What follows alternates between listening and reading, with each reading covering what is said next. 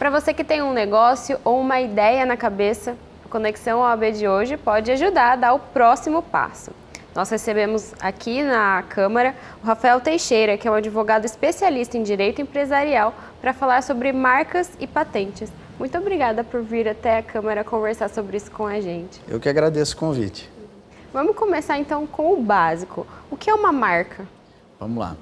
A marca, ela é definida, inclusive, pelo legislador como um elemento visual, um sinal distintivo. É essa expressão que o legislador usa, né, para definir.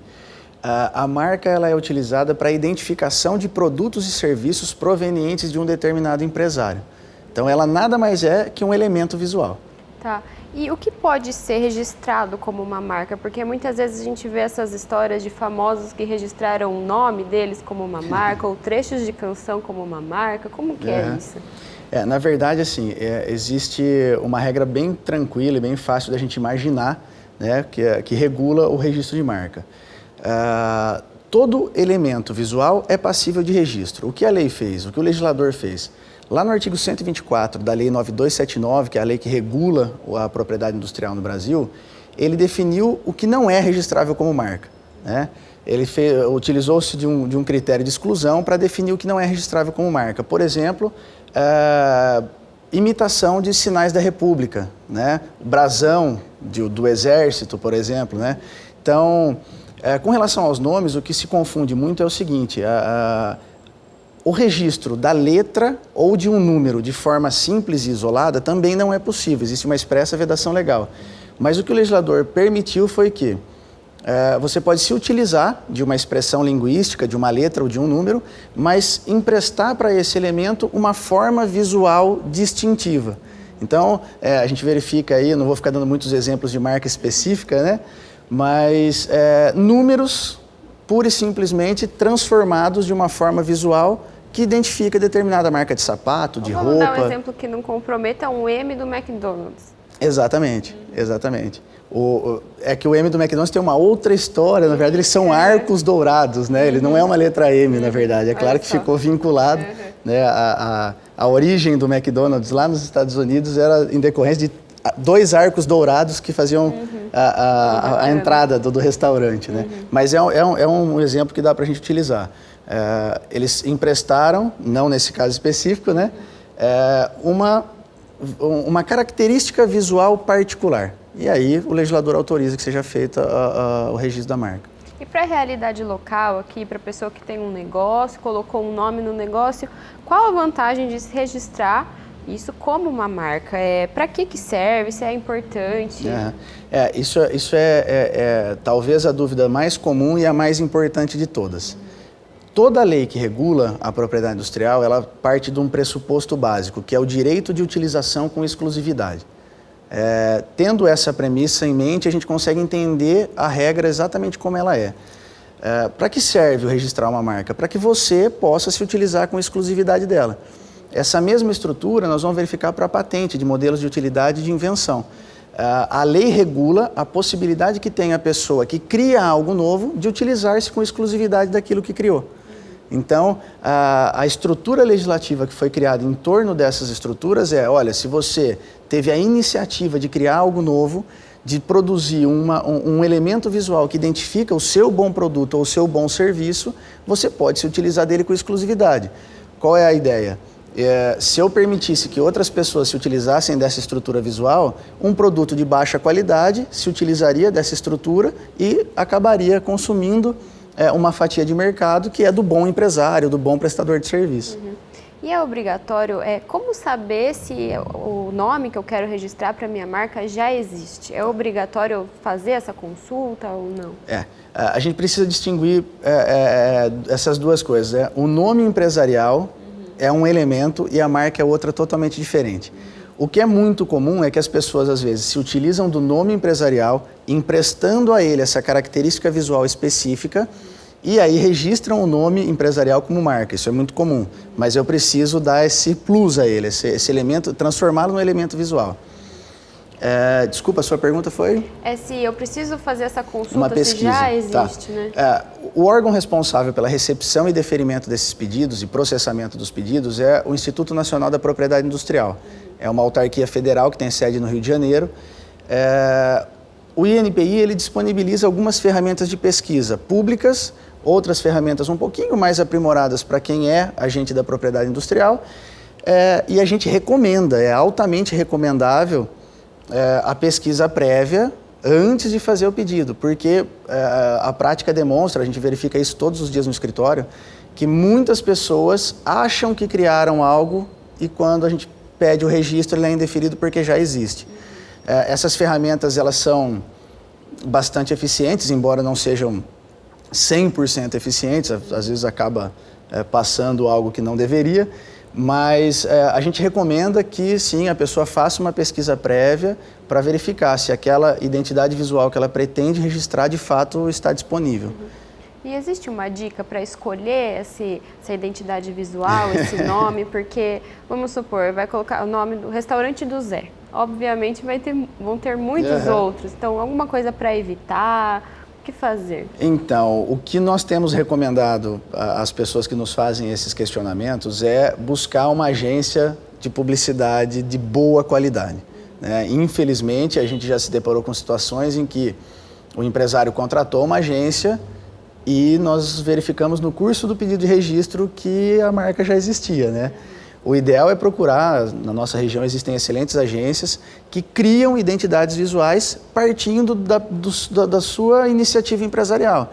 Para cada ramo de negócio, né, as pessoas especializadas nesse segmento de produção de identidade visual têm uma alta capacidade de criar, de agregar valor ao seu negócio criando uma identidade visual particular. O que a gente não recomenda em hipótese alguma é você buscar na internet elementos visuais que te agradam, né? Porque se você busca na internet um elemento visual que te agrada, ele já está disponível ao público, provavelmente já pertence a uma outra empresa. E repito, né? Quem tem o registro tem o direito de utilizar-se com exclusividade daquela estrutura. Essa é a grande vantagem do registro. Você citou essa questão da exclusividade. Existe algum tipo de fiscalização se o que deveria ser exclusivo está sendo usado por outras pessoas? Não. Né? O INPI ele é responsável por receber os pedidos, analisar e deferir ou não o registro da marca de acordo com a disponibilidade daquela identidade visual.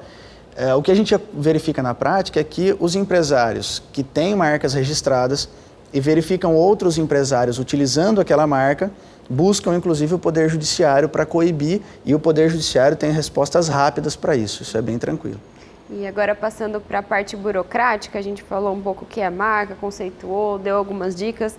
O que a pessoa deve fazer para registrar uma marca? Quais são os passos, vamos dizer? Olha, a pessoa pode sozinha acessar alguns canais para realizar o registro da marca de forma individual. Nós não recomendamos porque existe uma carga técnica muito grande dentro do registro. Inicialmente parece tudo muito simples, porque você faz um pré-cadastro simples com seus dados, né, os dados da pessoa interessada em fazer o registro.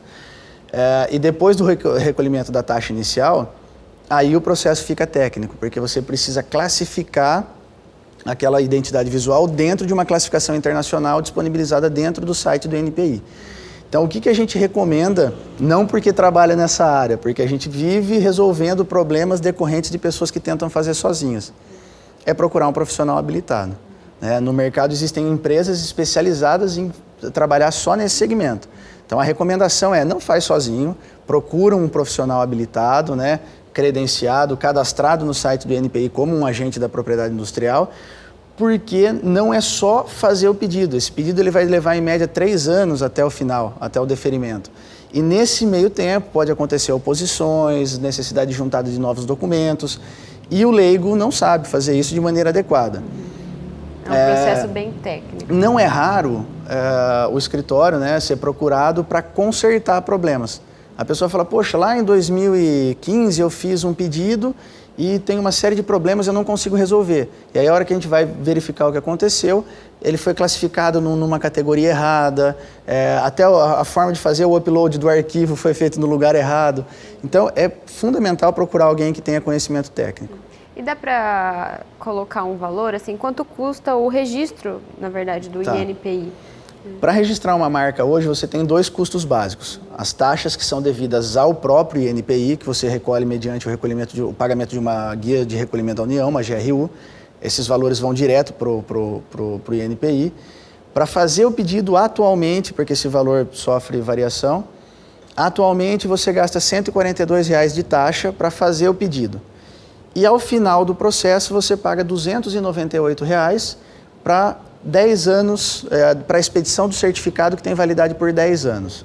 E aí os honorários do profissional que vai fazer o serviço são contratados de acordo com cada empresa. Existe uma variação muito grande de valor, muito, muito grande. Isso é outro cuidado que as pessoas precisam ter.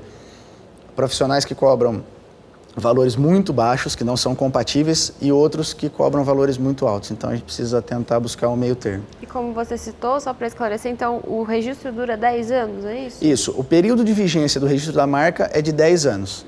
Né? Ele pode ser renovado por igual período quantas vezes o interessado quiser. A cada 10 anos, emite uma guia nova, paga e fica válido por mais 10 anos. E tudo isso vale para o Brasil? Isso agora pensando um pouco alto. Se a pessoa tem um negócio aqui e quer expandir para outro país, é outro processo ou não? Na verdade, o que acontece é o seguinte, o Brasil ele é signatário de uma convenção internacional, que chama Convenção da União de Paris, que regula os direitos relacionados à propriedade industrial em a maior parte dos países desenvolvidos e em desenvolvimento.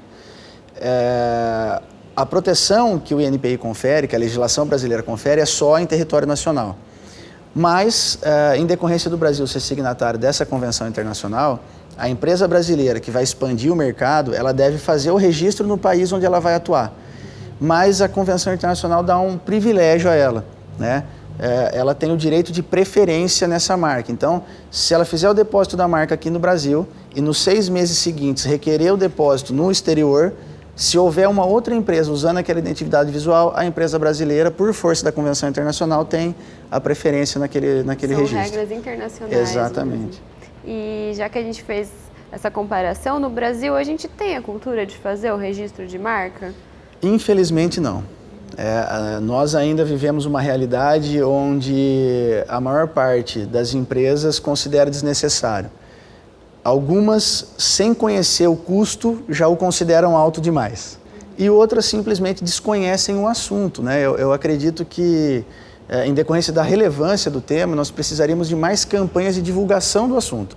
O programa, inclusive, foi muito pertinente na escolha do tema, porque eu costumo dizer que nenhuma empresa, nenhum empresário inicia uma atividade empresarial pensando em fracassar. Pelo contrário, todo mundo que empreende pensa em crescer, em ter uma atividade exitosa. Então, o registro ele é válido para o pequeno empresário, né? Se ele crescer, esse valor, a marca vai ter um valor agregado muito grande. Hoje, por exemplo, nós encontramos algumas marcas, e essas acho que não há problema nenhum, né, falar aqui, uma grande empresa de telefonia, de fabricante de smartphones que nós temos aí, cuja marca é uma maçãzinha mordida, o valor daquela identidade visual supera o valor dos equipamentos que a empresa possui. A marca Coca-Cola hoje, aquela identidade visual, que é o que a gente chama de bem imaterial, ela supera os parques industriais. Então, a marca é um elemento muito, muito importante para o desenvolvimento da atividade empresarial e, infelizmente, nós não temos ainda no Brasil uma cultura de que, olha, o empresário ele deveria, junto com o arquivamento do ato constitutivo da sua empresa lá na junta comercial, providenciar. E também existe uma ideia de que, olha, se eu fizer o arquivamento na junta comercial, meu nome empresarial está protegido. Sim, mas o nome é uma coisa e a marca é outra totalmente diferente. Né? Inclusive, o nome empresarial, a proteção dele é só no âmbito do Estado, porque cada junta comercial tem competência estadual. Né? A marca não, a gente faz num órgão federal e tem abrangência em todo o território nacional. Então fica aí a dica, né, que é importante, independente se é pequeno empresário, médio, grande, né? Vale para todo mundo. Sem dúvida. Nós temos casos de empresas que ficaram 10, 12 anos no mercado, consolidaram uma identidade visual e perderam essa identidade visual para outro empresário que se valeu da velocidade para fazer o registro de maneira prévia. Ou seja, acontece mesmo, Acontece com frequência. Agora, passando para o outro tema da entrevista, que a gente aproveitou já que está falando de marcas, vamos falar de patentes também. Então, qual é a diferença entre marca e patente? Que às vezes a gente ouve até falar mais de patente do que das marcas. Né? Na verdade, assim, o mercado, ele pratica uma impropriedadezinha técnica, né? Quando a gente fala, as empresas que atuam nesse segmento, inclusive, se mostram ao mercado como empresa X, marcas e patentes. A gente precisa pensar, esclarecer o seguinte, nós temos 4 bens da propriedade industrial: a marca, o desenho industrial, a invenção e o modelo de utilidade. Esses 4 bens da propriedade industrial são protegidos por 2 ferramentas. O registro protege a marca e o desenho industrial e a patente protege a invenção e o modelo de utilidade. Então, marca é um bem, patente é uma ferramenta de proteção. Né? A patente, ela protege as invenções e os modelos de utilidade. Então, a grande diferença entre marca e patente é que marca é um bem, patente é uma ferramenta de proteção de outros 2 bens. Né? E vamos dar alguns exemplos de o que pode ser patenteado, você falou invenções, mas o que pode ser considerado invenção e se até algumas áreas se destacam por patentear mais do que outras, vamos dizer assim. O conceito de invenção, ele é muito claro na cabeça de todos nós, mas a gente nunca consegue defini-lo num texto. Para o legislador, a dificuldade foi a mesma e ele também criou um critério de exclusão dizendo o que não é patenteável. Né? O que a gente encontra? Né? A Lei 9279/96, que é a que regula esse procedimento todo, ela diz que é passível de patente os objetos que sejam novos, que tenham atividade inventiva e que sejam passíveis de produção industrial. Né? Então, a ideia da patente, da invenção qual é? Algo absolutamente novo, dotado de um progresso, de fato, de algo que melhora a condição de produção e que seja passível de colocar numa linha de produção. Né? Então, assim, a indústria automotiva faz isso com bastante frequência.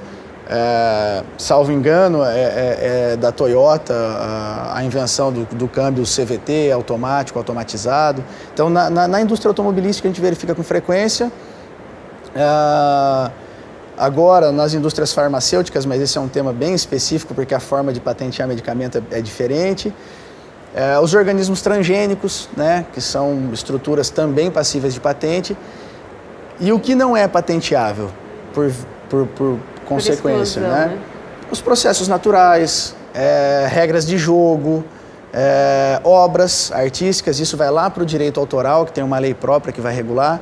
Então, a gente tem que pensar na patente do quê? De invenção, algo novo, ou de modelo de utilidade. Modelo de utilidade é uma melhoria em algo que já existe.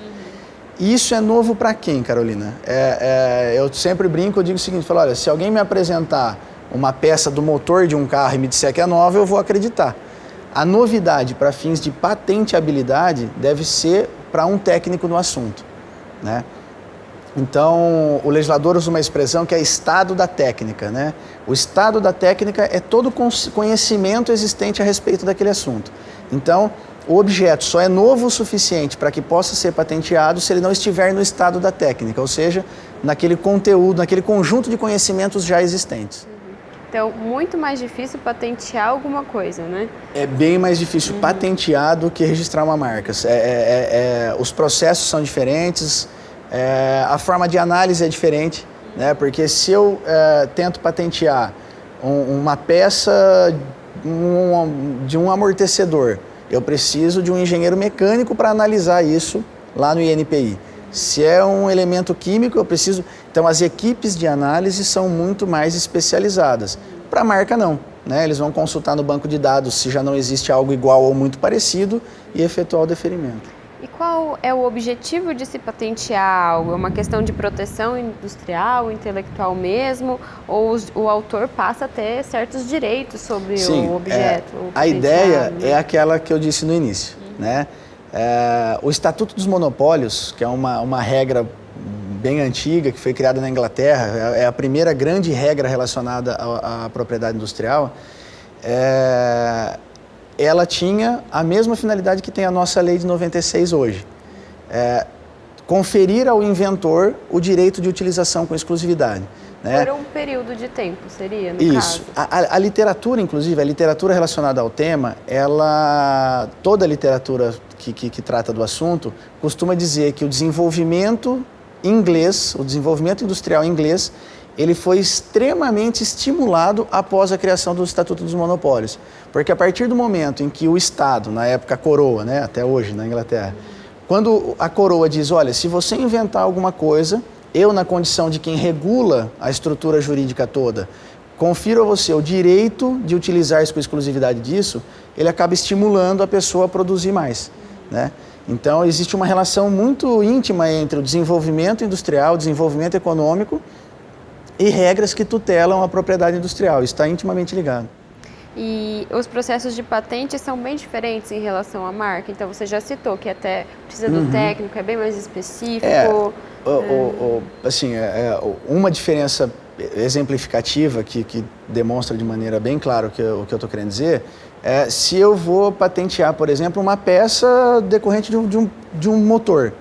Eu preciso enviar ao INPI laudos dizendo que aquela peça, de fato, agrega valor àquele motor. E quem é capaz de fazer isso? Um técnico no assunto.